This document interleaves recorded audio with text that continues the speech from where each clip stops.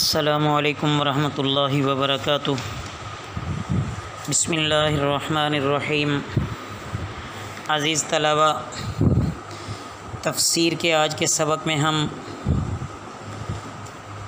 فَكُلُوا مِمَّا رَزَقَكُمُ اللَّهُ حَلَالًا طَيِّبًا سے شروع کر رہے ہیں، توجہ کیجیے گا۔ اعوذ باللہ من الشیطان الرجیم،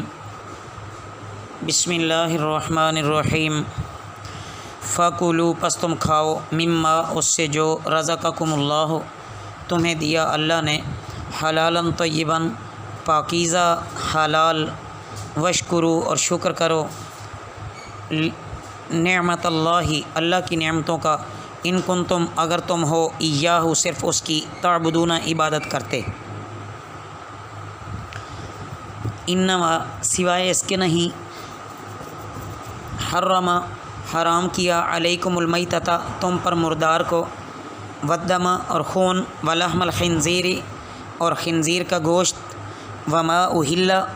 اور جو پکارا جائے، لغیر اللہ اللہ کے علاوہ، بھی اس پر، فمن اضطر پس جو لاچار ہوا، مجبور کیا گیا،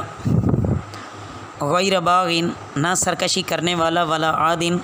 اور نہ حد سے بڑھنے والا، فإن اللہ تو بے شک اللہ، غفور الرحیم بخشنے والا نہایت مہربان ہے۔ ولا تقولوا اور تم نہ کہو، لما وہ جو تصف بیان کرتی ہیں، السنتکم تمہاری زبانیں، الکذب جھوٹ، ھذا حلال یہ حلال ہے، وھذا حرام اور یہ حرام ہے، لتفتروا کہ بہتان باندھو، علی اللہ اللہ پر، الکذب جھوٹ، ان الذین بے شک وہ لوگ جو یفترون بہتان باندھتے ہیں، علی اللہ اللہ پر، الکذب جھوٹا، لا یفلحون فلاح نہ پائیں گے، متاع قلیل فائدہ تھوڑا سا، ولہم اور ان کے لیے، عذاب علیم دردناک عذاب ہے۔ عزیز طلباء، یہاں ان آیات میں یہ بتایا گیا ہے کہ عبادت کے لائق صرف اللہ ہے، جس کی دی ہوئی حلال اور طیب روزی سے کھاتے ہو، پیتے ہو اور اس کا احسان مان کر شکر گزار بندے بنو۔ حلال کو حرام نہ سمجھو اور حرام کو حلال نہ سمجھو، اور نعمتوں سے فائدہ اٹھاتے ہوئے منعم حقیقی کو بھول نہ جاؤ۔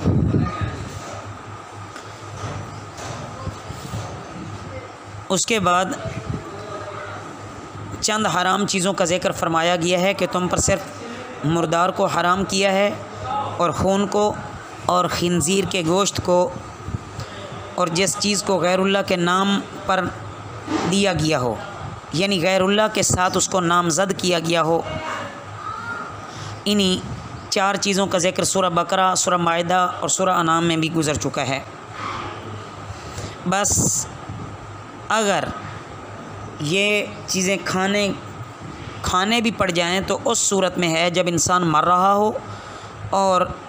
بھوک سے مرنے لگے یا کسی بیماری سے مرنے لگے، تو اس وقت صرف جان بچانے کے لیے اتنا ہی اجازت ہے کہ صرف اور صرف چاہے دوائی کے طور پر سمجھ لیا جائے، یا کہ انسان اگر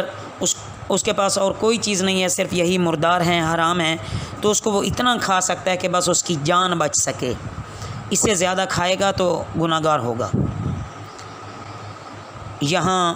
اللہ کا رزق کھا کر اس کی شکر گزاری کی تعلیم دی گئی ہے، اور فرمایا گیا ہے کہ جو اللہ کے احکامات کو نبی کریم صلی اللہ علیہ وسلم کے طریقے سے مانے گا وہ کامیاب ہوگا، ورنہ ہرگز کامیاب نہیں ہو سکتا۔ وَعَلَى الَّذِينَ اور وَعَلَى الَّذِينَ هَادُوا اور جو لوگ یہودی ہوئے ان پر، حرمنا ہم نے حرام کر دیا، ما قصصنا جو ہم نے بیان کیا، علیک تم پر، من قبل اس سے پہلے، وما ظلمناہم اور ہم نے ظلم نہیں کیا، ولیکن اور لیکن، کانوا انفسہم یظلمون وہ تھے اپنے اوپر ظلم کرتے، ثم ان ربک پھر بے شک تمہارا رب، للذین ان لوگوں کے لیے جو عملوا السوء عمل کیے برے، بجہالت نادانی سے، ثم تابوا پھر انہوں نے توبہ کی، من بعد اس کے بعد، ذالکا اس و اصلح اور انہوں نے اصلاح کی، ان ربک بے شک تمہارا رب من بعدہا اس کے بعد لغفور الرحیم بخشنے والا نہایت مہربان ہے۔ میرے عزیز طلباء، ان آیات مبارکہ میں یہ بیان فرمایا گیا ہے کہ سخت ترین مجبوری کی حالت میں جب جانے کا خطرہ ہو تو جان بچانے کے لیے بقدر ضرورت ان حرام چیزوں کا کھا لینا بھی جائز بتلایا گیا۔ اسی سلسلے میں ایک قسم حرمت کی ان آیت میں بیان کی گئی ہے۔ مثلا یہود پر ان کی شرارتوں کی سزا میں ہر ناخن یعنی کھور والا جانور ہوتا ہے نا، کھور والا جانور جس کی انگلیاں پھٹی نہ ہوں، جیسے اونٹ، شتر مرغ، بطخ، خرگوش وغیرہ، یہ حرام کر دیا گیا تھا۔ نیز گائے بکری کی جو چربی پشت یا انتڑیوں پر نہ لگی ہو یا ہڈی کے ساتھ نہ ملی ہو ان پر حرام کر دی گئی، جیسے گردہ کی چربی وغیرہ، یہ سورہ انعام میں اس کا ذکر ہوا ہے۔ یہودیوں کی شرارت اور نافرمانیوں کی وجہ سے ان پر یہ چیزیں حرام ہوئی تھیں، جو ان پر اللہ تعالیٰ کی طرف سے ظلم نہ تھا بلکہ ان کے کرتوت کی یہ سزا تھی۔ یہاں بیان کرنے کا مقصد عزیز طلباء یہ ہے کہ جو چیز اللہ تعالیٰ نے سب کے لیے یا کسی خاص قوم کے لیے معین وقت تک حرام کی ہے، اس میں عین حکمت ہے۔ کسی بشر کو حق نہیں پہنچتا کہ اس میں تصرف کر کے حرام کو حلال اور حلال کو حرام کیا جائے۔ اس کے بعد توبہ کے بارے میں فرمایا گیا ہے کہ جن سے گناہ ہوئے ہیں وہ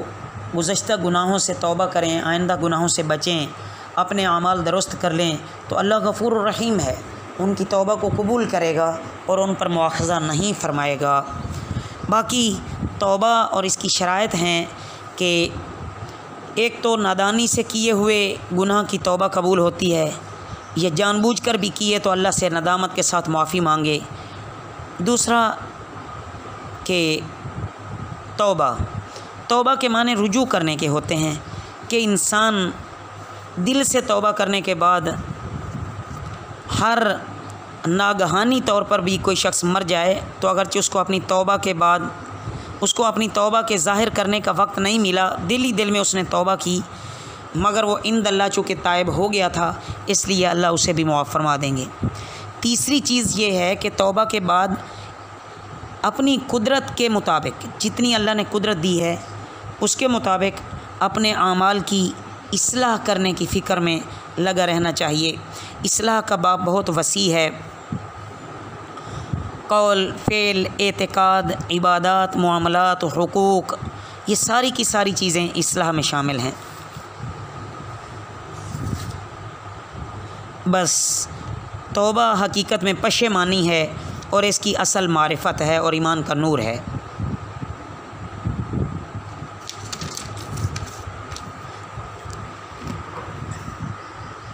اس کے بعد ان ابراہیم، بے شک ابراہیم علیہ الصلاۃ والسلام، کان امتاً تھے ایک جماعت، قانتاً فرما بردار، للہ حنیفہ اللہ کے لیے ایک رخ ہو کر، ولم یک من المشرکین اور نہ تھے مشرکوں میں سے، شاکر لانعمہ شکر گزار اس کی نعمتوں کے لیے، اجتباہ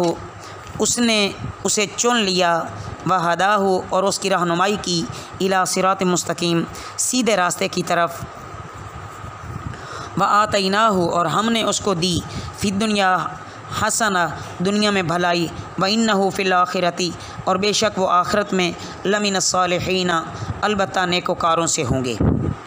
عزیز طلباء، ان آیات مبارکہ میں یہ بیان فرمایا گیا ہے کہ حضرت ابراہیم علیہ الصلاۃ والسلام صرف ایک انسان نہیں تھے بلکہ وہ پوری ایک ملت اور پوری ایک جماعت تھی۔ وہ اللہ تعالیٰ کے فرما بردار تھے، وہ امام اور پیشوا تھے، سب بتوں سے کنارہ کشی اختیار کی، اللہ کی طرف مائل ہو گئے، مشرکوں میں سے نہ تھے، اللہ تعالیٰ نے ان کو برگزیدہ بندہ بنایا اور دین کا ان کو سیدھا راستہ دکھایا، اور اللہ نے ان کو دنیا میں بھی خیر و برکت عطا فرمائی اور بلا شبہ آخرت میں بھی اللہ کے بڑے مرتبہ والے بندوں میں سے ہوں گے۔ مقصد یہ ہے کہ ایسے مقبول کا جو طریقہ ہوگا وہ بالکل مقبول ہوگا، اسی کو اختیار کرنا چاہیے۔ حلال حرام کے بیان اور اصول دین میں اصل ملت ابراہیمی ہے، اور محمد صلی اللہ علیہ وسلم اسی ملت کی اشاعت اور تفصیل کے لیے تشریف لائے۔ اگر اصلی دین پر چلنا ہے تو اب آن حضرت صلی اللہ علیہ وسلم کا مبارک طریقہ اختیار کرنا پڑے گا۔ اللہ ہمیں دین کی صحیح سمجھ عطا فرمائے اور پیارے نبی حضرت محمد صلی اللہ علیہ وسلم کے کامل نقش قدم پر چلنے والا بنائے۔ وما علینا الا البلاغ المبین۔